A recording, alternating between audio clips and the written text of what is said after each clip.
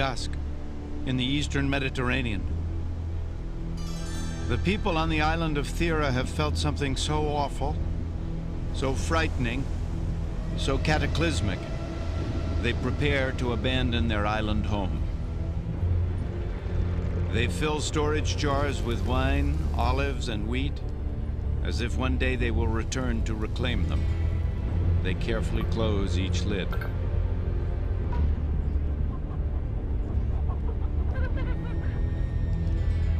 But their most precious possessions, their gold and their jewels, they take with them and rush to their boats.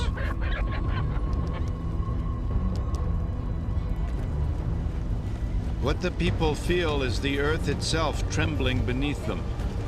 They have survived earthquakes in the past, but this is no mere earthquake.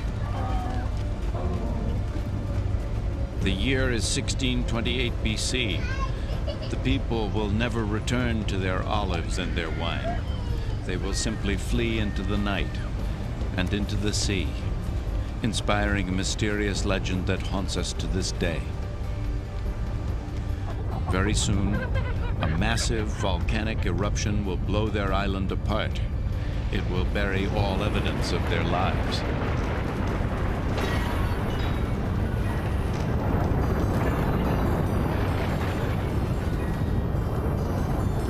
Yet memories will remain. Footprints in the dust, waiting to be discovered.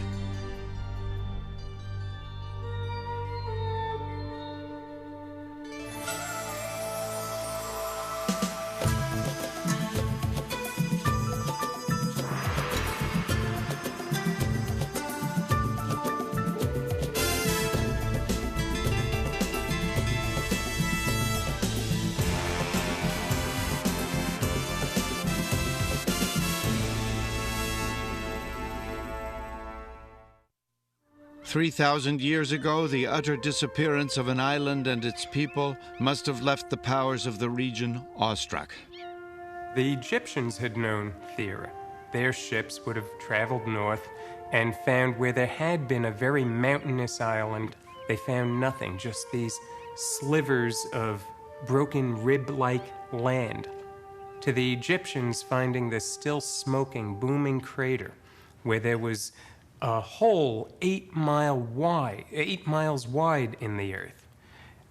They couldn't have imagined that most of this material would have been blown into the sky and caused the beautiful sunsets that they were seeing at that time.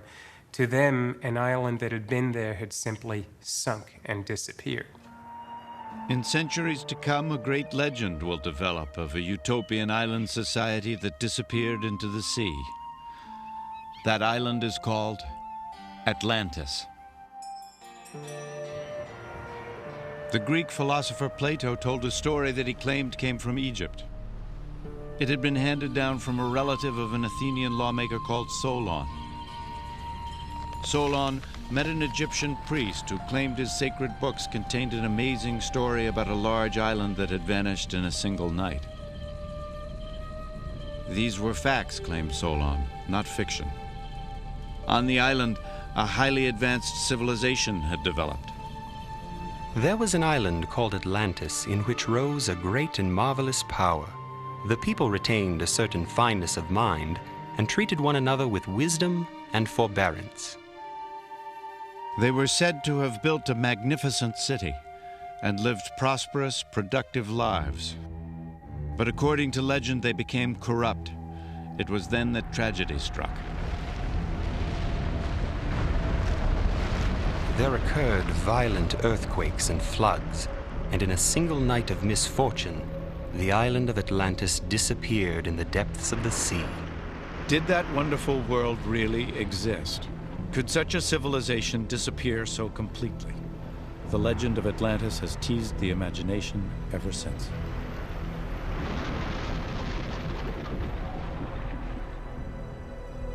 As the mystique grew, it was claimed this ancient people possessed computers, spaceships, even nuclear weapons. Atlantis has been found everywhere from the rainforests of Guatemala to the mountains of Tibet and, of course, on the floor of the Atlantic Ocean.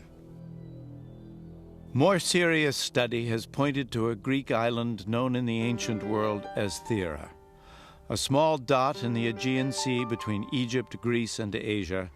It's now just a rim of volcanic rock jutting out of the sea. But is Thera the lost island of Atlantis? For an answer, we must journey back to the time of gods and heroes. What do their stories reveal about Atlantis? One man, Homer, is the source for many of our myths. But did he describe real people, real places, and real events? To find the answer, we must re-examine the greatest legends of the Aegean world. The tale of a mighty Greek king murdered by his wife and her lover the day he returned home from the Trojan War. The fearsome Minotaur, half man, half bull, who stalked his prey in a dark labyrinth on the island of Crete. And Helen of Troy, the face that launched 1,000 ships and a 10-year war with the Greeks. Our investigation takes us from Thera, now called Santorini, to Troy in Turkey, to Mycenae in western Greece, and to the island of Crete. But it begins with Homer's dramatic tale of the Trojan War. He tells of Greek armies descending on Troy to win back the beautiful Helen from her Trojan lover Paris. Men battled to the death while gods squabbled over favorites on either side. For 10 years, the Greeks were unable to penetrate the gates of Troy. Ultimately, the battle would be decided not by arms, but by a trick. Pretending to accept defeat and depart, the Greeks left behind an enormous, hollow wooden horse. The Trojans dragged the gift into the city, but it was filled with soldiers. For centuries, ancient Turkish legends spoke of a ruin on Turkish soil called Troy. But in the 19th century, nothing along the shore suggested it was the site from Homer's epic war. Still, one man believed those legends. His name was Heinrich Schliemann. He'd been obsessed by Homer's Troy since childhood and was convinced the stories were true. Clutching his well-worn copy of the Iliad, he set out to find the site of the great Trojan War. Heinrich Schliemann decided that he would begin excavations in Troy in the late 1860s, and he got permission from the Turkish authorities to begin this work. He didn't really have a clue about archaeology, what excavation was like, but he was following the sources that he read in Homer's Iliad and Odyssey that described the topography of the plain and of the rivers around there. Homer wrote of 2 rivers flowing near Troy, one with steam rising from it, the other cold as hail. So Schliemann took off his shoes to test the waters. On April the 9th, 1870, he selected a site and set his team to work. Born in Germany, Schliemann made his fortune in America in the California gold rush. In one sense, he was an amateur prone to exaggeration. In another, he was a visionary with an insight few professional archaeologists could match. Anticipation built when the team turned up a coin marked Ilium, the Roman word for Troy. Digging deeper, Schliemann found signs not of one city, but of several, one on top of the other. He kept digging, believing that when they reached Homer's Troy, he would find a great treasure. He plunged right down into the earliest levels, made a lot of mistakes, but he learned as he went along, and he realized that he was truly on the trail of the epics of Homer in the excavations at Troy. When he was lost, Schliemann always returned to Homer. When the Trojans were feasting, Ulysses and his Greeks crept out of the wooden horse. They opened up the city gates and let the Grecian army in. That night, the city of Troy was sacked and burned. So Schliemann searched for traces of fire. In his diary, he wrote, I found a street covered 6 to 10 feet in yellow, red or black wood ashes, mixed with thoroughly burned fragments of bricks and stones. Schliemann decided that the street he'd uncovered must be the royal road to the palace of Priam, king of Troy. He was now uncovering ramparts as massive as the mighty walls of Troy Homer had described in detail. But beyond coins and towers, Schliemann wanted to find evidence of the woman at the heart of the legend, Helen of Troy.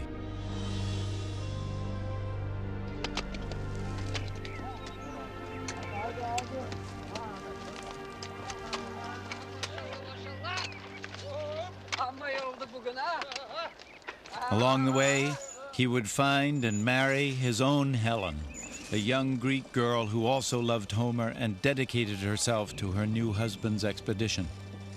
They would be satisfied with nothing less than royal treasure. After years of digging, Schliemann was close to losing heart. Then one day, his eye caught the glint of metal in a wall. He dismissed the workers and scrabbled through the rocks with his bare hands. This required great exertion and great risks, since the wall of fortification beneath which I had to dig threatened every moment to fall down on me. But the sight of so many objects, every one of an unestimable value to archaeology, made me reckless. It seemed certain they once lay in a wooden chest of the kind mentioned by Homer as being in Priam's palace. He boldly announced he had discovered the treasure of Priam.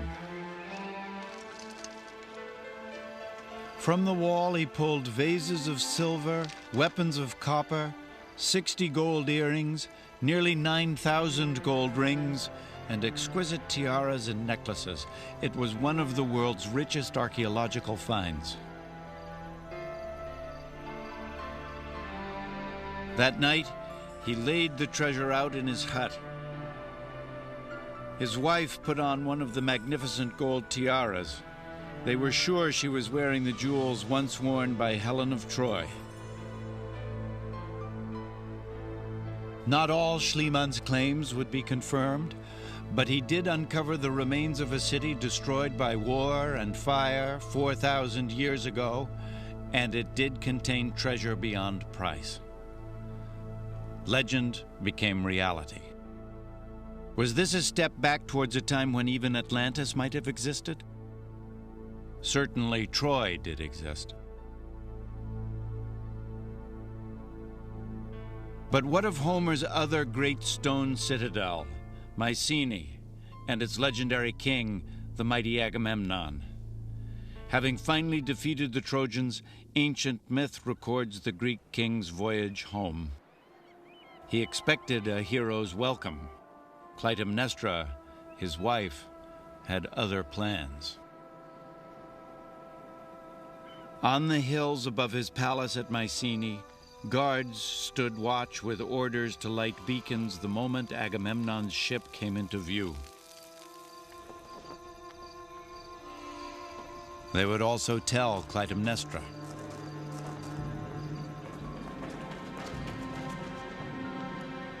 In the 10 years Agamemnon had been away, she had taken a lover. Together, they plotted their own welcome for the hero.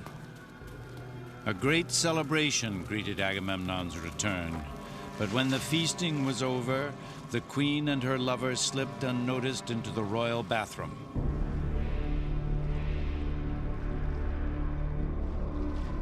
Clytemnestra had long nursed a deep hatred for her husband.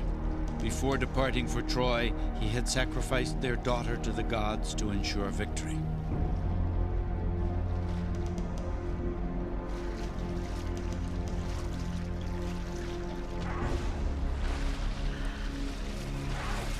Not with a random, unconsidered blow, but from old hate. And with maturing time, here where I struck, I take my rooted stand upon the finished deed. Here Agamemnon lies, my husband dead.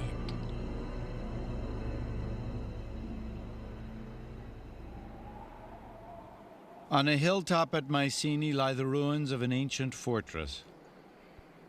Schliemann concluded it must be King Agamemnon's great palace, with a magnificent gateway guarded by enormous sculptured lions. Look at the citadel of Mycenae here. It's really the best example in all of Greece of the power that these people had. The citadel sits up on this eminence of rock and it commands the whole plain.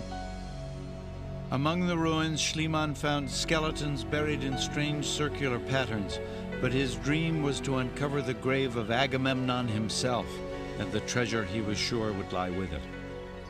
Schliemann decided to start digging in this area because his reading informed him, in his opinion, that he would find somewhere within these walls that you see the graves of people like Agamemnon. He got down into the bedrock where the graves were located and was aware that he was getting into Mycenaean material. He found 19 clearly royal skeletons surrounded by gold treasure, more than justifying Homer's description of a gold-rich Mycenae. It was a treasure even more spectacular than he'd found at Troy. But then he made the most exciting discovery of all: a gold mask molded to the likeness of the face beneath it. In Schliemann's mind, the mask could only have belonged to one man.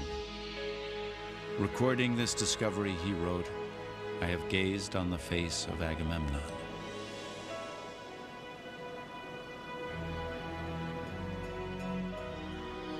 After 3,000 years, such precise identification is impossible. But from their skulls, what these people actually looked like can now be determined. This is the skull of a middle-aged Mycenaean woman, gradually being fleshed out in a laboratory in Manchester, England. Schliemann's Agamemnon skull couldn't be restored from the few pieces that were found, but many skulls from other Mycenaean grave circles were much better preserved. So we ended up with 6 men, 1 woman, from different parts of the grave circle, some from the same graves, some from completely separate parts. And it was very exciting because Richard doesn't know what they're going to look like until he's put the face on. The skull is the frame of the face. The skull dictates what comes onto the face. He can't control it. This is going to have a hump in the nose because the nasal bone is bent down. I'm told that she might be Clytemnestra. And certainly, from what I recall of my history, Clytemnestra was not one of the world's nicest ladies, although she obviously had considerable womanly charms. A clear picture of the Mycenaeans began to emerge. They must have been fairly sophisticated, though. Fairly sophisticated. The fact that they've gone to the trouble to make their hair in this kind of style, to spend time preparing their hair, means, A, they had time on their hands to do it. And in a society which is really struggling for survival, my own personal feelings are that probably fancy hairstyles would have been a somewhat lower priority. Hairstyling for the dead demands inspired guesswork. People are not always going to have their hair in exactly the same style all the time. Yes. I mean, is she at a ball? Is she gardening? Has she just got up? Yes. No. Richard Neve's reconstructions are so accurate the police seek his help with skulls of unknown murder victims. Relatives often make identifications from his models. But what did Neve think of the Mycenaean men? A bunch of thugs. A bunch of thugs. Richard's quite right when he says they're thugs. They're big men, by and large. We've got people of 5'8", 5'9". They're well-nourished. A lot of them have very good teeth. Not all of them. We've got some horrendous abscesses. We've got people with arthritis, probably from carrying too many heavy shields. The interesting thing was these are the first rulers of Greece, the first rulers of Mycenae. Homer called the Mycenaeans the strongest generation of earthborn mortals. In the grave circles, Schliemann found weapons that precisely matched descriptions in the ancient epics. This helmet was made with 40 pairs of boar's tusks, armor unique to Homeric verse. The people who produced all this lived between 14 and 1100 BC, 1,000 years before Caesar reigned in Rome. What Schliemann actually discovered in these graves was a lost civilization. He discovered the earliest evidence that we have of the origins of the Mycenaeans themselves. Only later was it determined that the skull Schliemann found was too early to be Agamemnon. Yet, in fact, he had revealed something far more important. Until Heinrich Schliemann began his work, our knowledge of the past was really based on the written records of ancient historians and other ancient authors. But now concrete evidence showed these ancient tales were rooted in certainties and facts. And if Helen's Troy and Agamemnon's Mycenae were real places, could other supposed legends be true as well? The most terrifying of all Aegean legends is the myth of the Minotaur, the fearsome beast, half man and half bull, that lived in a labyrinth beneath the palace of King Minos.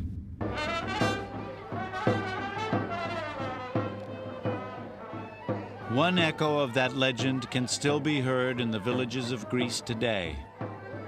This is a farming town on the island of Lesbos.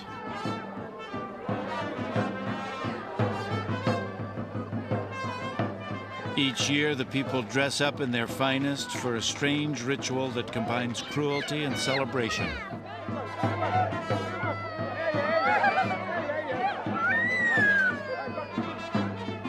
The town has donated the most expensive bull for the honor of being sacrificed. Apostolos Komninakis is the local mayor. Ο ταύρος από τους αρχαίους χρόνους ήταν το σύμβολο της δύναμης, της ζωής. The bull, since ancient times, has been the symbol of power, of life, the male symbol, and it plays a leading role in ceremonial rituals. The sacrifice of the bull is a continuation of ancient religious traditions.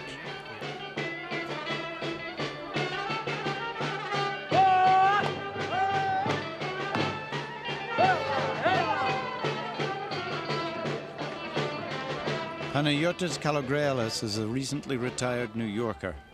The killing of the bull is no different if you go to a butcher shop where they kill an animal. And it's God's wish. Everything we do is God's wish. It's tradition, that's how we find it from our fathers. In the Greek tradition, Panagiotis is parading himself along with the bull. For the occasion, he bought a $300 cowboy outfit in Texas. My cowboy hat, we're ready to go.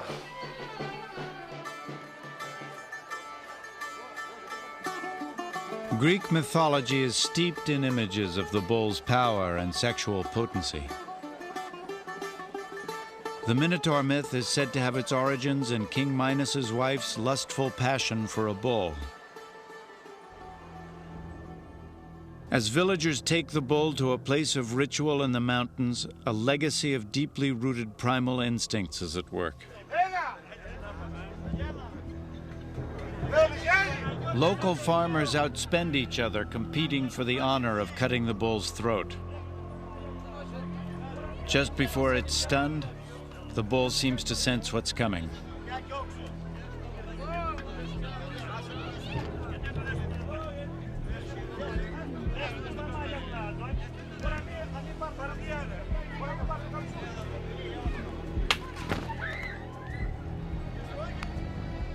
In the bull's ritual slaughter by ordinary islanders, we can sense an echo of the Minotaur myth. In the legend, King Minos of Crete demanded tribute from his subjects, boys and girls who were sent into the monster's underground labyrinth, never to return alive. The reign of terror was ended by a young Athenian hero named Theseus. Unraveling a ball of twine to guide him out again, Theseus entered the dark passages beneath the king's palace.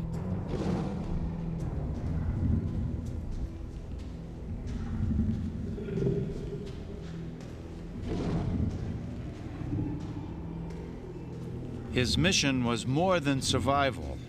According to myth, by killing the Minotaur, Theseus would not only save himself, but free his people from King Minos's rule.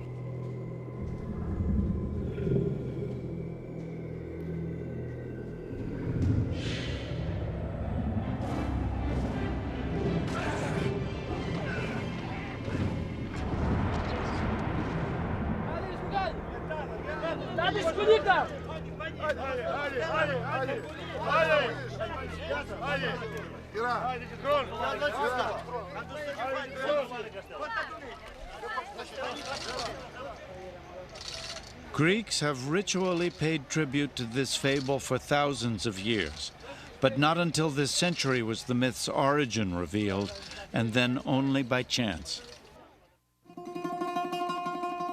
Heinrich Schliemann's trail was picked up again in Athens in 1883 and would lead to the first tantalizing glimpse of a possible Atlantis. Arthur Evans, a rich and highly educated young historian from England, was visiting antique shops. Intrigued by Schliemann's discoveries, he wondered if some odd seal stones Schliemann had found didn't point to an earlier pre-Greek civilization. Seal stones were like signet rings, used to stamp images in wax and clay. Evans asked where more of the stones could be found, and the answer everywhere was go to Crete, the legendary home of King Minos. Crete, the largest island in the Aegean Sea. Mountainous, mysterious, and redolent with myth, it would prove the setting for Evans' greatest discovery.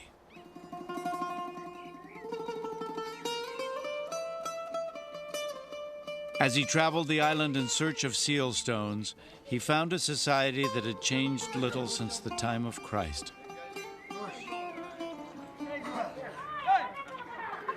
Local women called the seal stones milk stones and refused to sell them to Evans, fearing the milk would dry in mothers' breasts.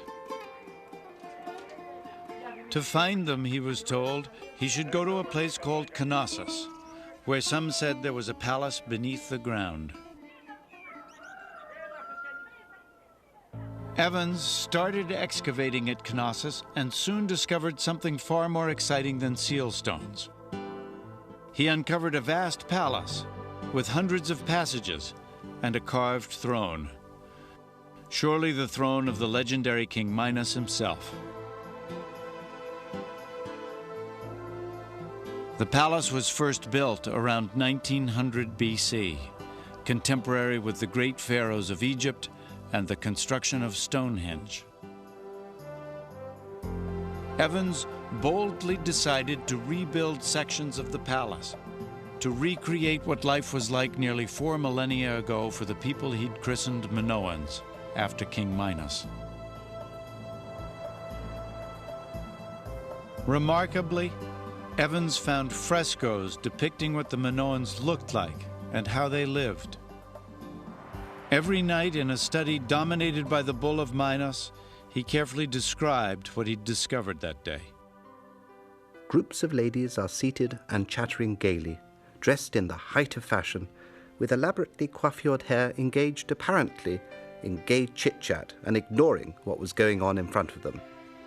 Their sleeves are puffed, and the nipples of their breasts are indicated beneath the chemise. These scenes of feminine confidences, of tittle-tattle and society scandals take us far away from the product of classical art in any age, nearer to quite modern times. The Minoans, I think, were fun-like people. They loved fun, they enjoyed life, they drank a lot of wine. We found the big clay jars, which were full of wine. The women wore long dresses, wide skirts, and the women liked to bare their breasts for religious ceremonies, and they just wore an open jacket. They had long hair, which they did in elaborate hairstyles. They would paint their lips and they would paint their eyes. And the men also would wear a short loincloth, and they had lovely figures. They had very narrow waists and wide shoulders. I think they were quite good looking. On festival days, enormous crowds would make their way up these steps to watch one of the most unusual athletic events ever staged. They would bring a bull in that they would have been keeping specially for this occasion. There would be boys and girls, acrobats, that would actually jump over the back of the bull. There would be other boys and girls to catch them. Could this dangerous sport recall the legend of boys and girls sacrificed to the Minotaur? Might the monster have been hidden in the dark recesses of this palace along its labyrinthine passages? One thing is certain, Knossos, with its 1,400 rooms, was once the capital of a great power. The magnificent palaces discovered on Crete shared one remarkable trait: none was fortified. These were not a militaristic people. Rather, they seem to have been cultured and advanced, not unlike the people in Plato's story of Atlantis. The legacy of the Minoans was a love of art, a love of color, perhaps a love of life. Also, the remembrance that once on the island of Crete, there existed a civilization that was peaceful and that had great achievements. Was this the utopian world of lost Atlantis? There are some convincing clues. The bull is a recurring theme in Minoan art. Its many depictions on so many Minoan treasures echo Plato's descriptions of Atlantis. We find the golden cups that Plato described, with the bull ceremony engraved on the sides that Plato described in association with those cups, and the bulls being tied down by nooses and with rope, which is something that is just totally unique, very distinctly Minoan. Charles Pellegrino has studied the archaeological evidence connecting the Minoans of the Aegean and the people of Plato's Atlantis legend.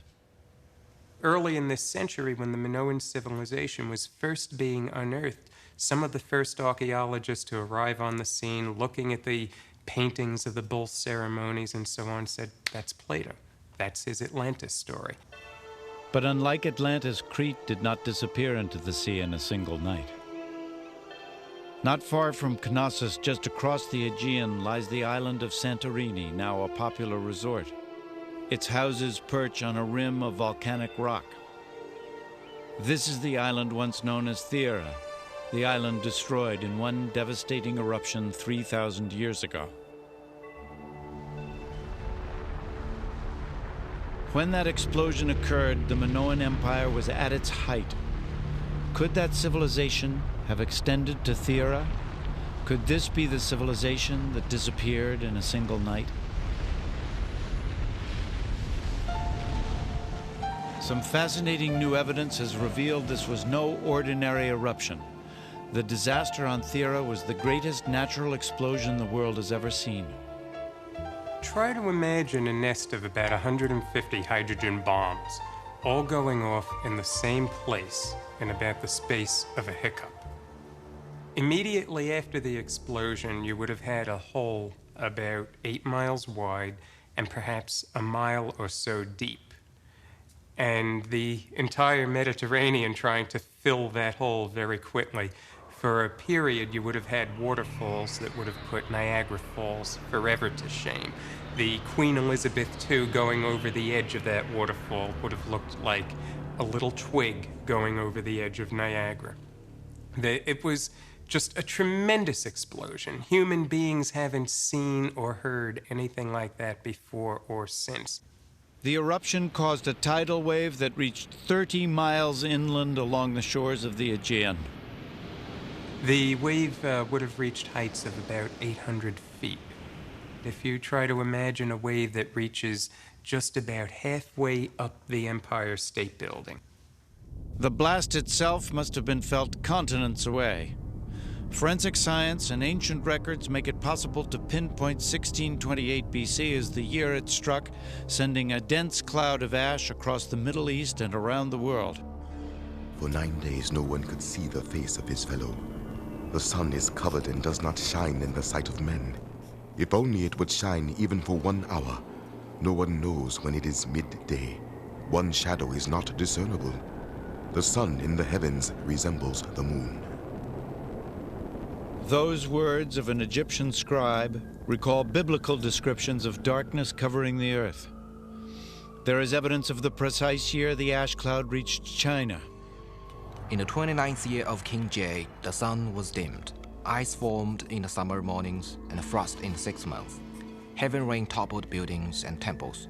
The 5 cereal crops withered and died.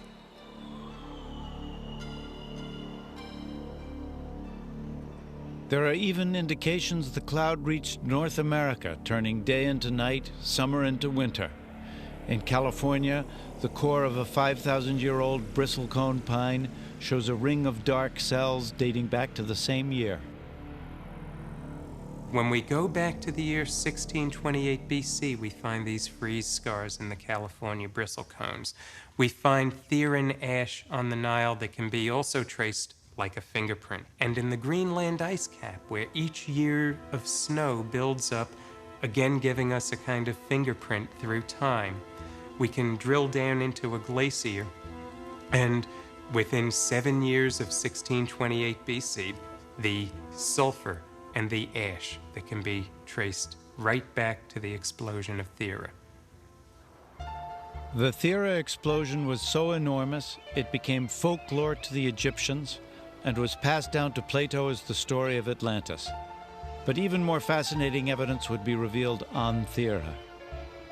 The ash-covered ruins of an ancient city would draw another brilliant historical detective into the story.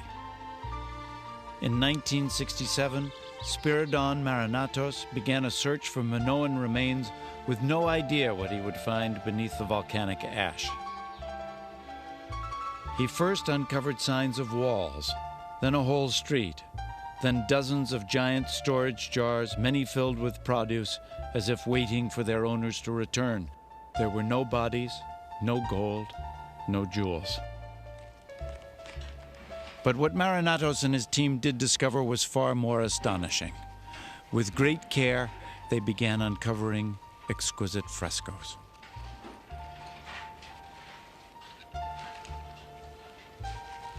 In the 20th century, paintings wonderfully preserved for 3,000 years in a tomb of ash were revealing a picture of life in this long-forgotten town.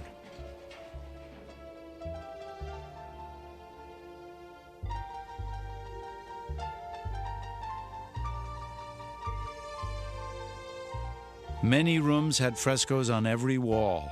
Here, Marinatos found an elegant, rocky landscape with graceful lilies and playful swallows, swallows that have never returned to the island of Thera.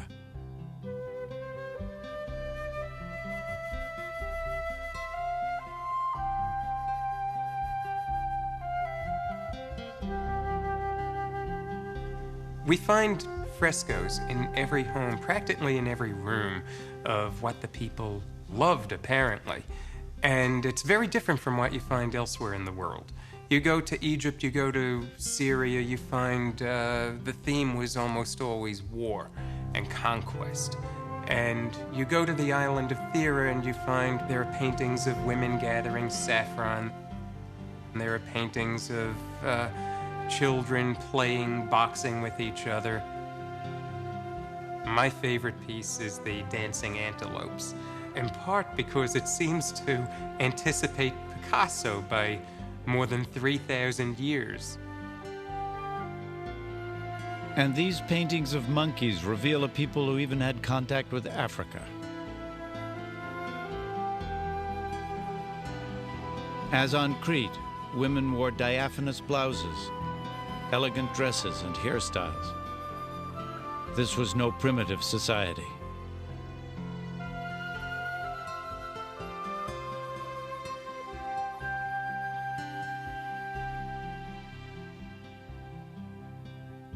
Was this pretty girl with a ponytail one of the lost people of Atlantis? Were children sleeping in these cots on that fateful night?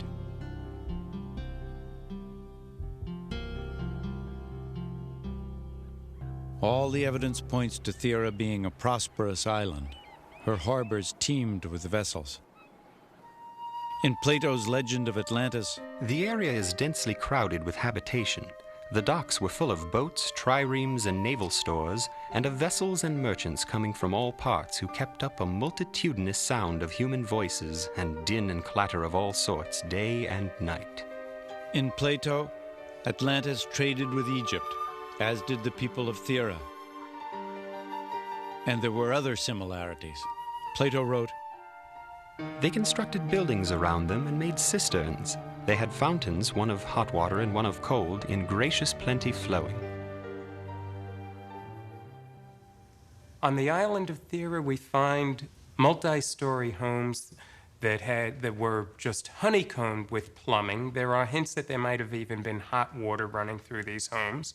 We find flush toilets, thousands of years before flush toilets were supposedly invented. We find evidence of showers, bathtubs, many things that we consider very, very advanced, and that in Plato's time was very advanced even by his standards. Plato also believed Atlantis was in the Atlantic Ocean, but Greeks tended to place great mythical events outside their known world, at the time simply the Mediterranean Sea. And Pellegrino has an explanation for the exaggerated size of Plato's Atlantis. Plato told us that the Atlantean civilization was a very, very large area, that it was the size of Libya and parts of Asia combined. And Thera just is not quite large enough. But when you look at Thera as just a suburb of the Minoan civilization, which was centered on the island of Crete, whose ships seem to have gotten as far as England and Egypt and on the Sea of Galilee, we see here that this was a great economic power in the world that pretty much ran the entire Mediterranean world. It's as if the legend of Atlantis was the history of Minoan civilization. When the Thera volcano erupted, it would have destroyed the Minoan navy in Crete, precipitating a slow, unrelenting decline. The explosion on Thera produced a lot of catastrophic earthquakes that destroyed the palaces of Crete about 1450 years before Christ. The only palace that survived was the palace of Knossos. And for another 50 or so years, Knossos continued to be a prosperous palace, but now the Mycenaeans were the masters of this palace. The Mycenaeans were long jealous of this powerful empire with its fine art and magnificent citadels. As more and more earthquakes devastated this once flourishing civilization, the Mycenaeans moved in. With superior military strength, they swept to an easy victory. The trail of disasters didn't end there. As more earthquakes rocked their broken empire, the frightened people resorted to the ultimate sacrifice. On this mountaintop, a young man's blood was offered to the gods. In vain, the earthquakes still struck. In these ruins, the skulls of the priest and priestess who performed the sacrifice have been found and reconstructed. This is the priestess, and that is the priest from the shrine of Archaeology on the island of Crete. The skull would have been damaged and fragmented by the falling masonry when the shrine collapsed, almost certainly. It then subsequently caught fire. The priest seems, as the roof rumbled and collapsed on him, he goes backwards and is found sprawled beside the altar, and his assistant, the priestess, tries to get away by going into the corner of the room and falls face down. What was found was on the altar the body of a young man of about 18, tied up the way a bull is tied up for sacrifice in Minoan art. It was a tragic end to a once peaceful and strangely modern civilization.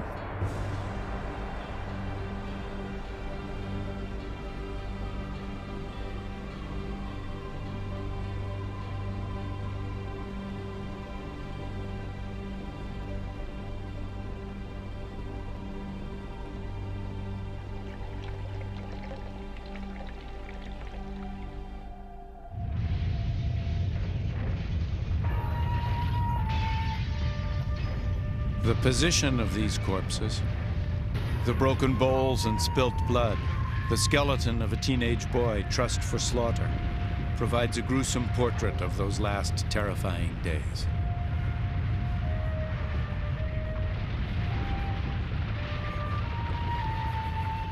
All human civilizations decline and disappear eventually, but catastrophic earthquakes finally destroyed absolutely everything, not just the palaces, but the towns and even the smallest village. Everything was leveled to the ground. It was absolutely catastrophic.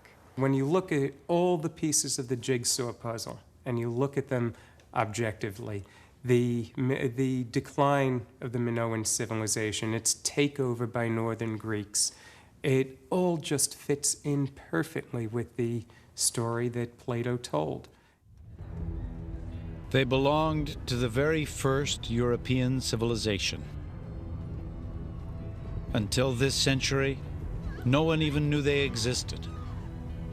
But recent revelations have led us back over 3,000 years to discover a peaceful, artistic, but ultimately doomed people.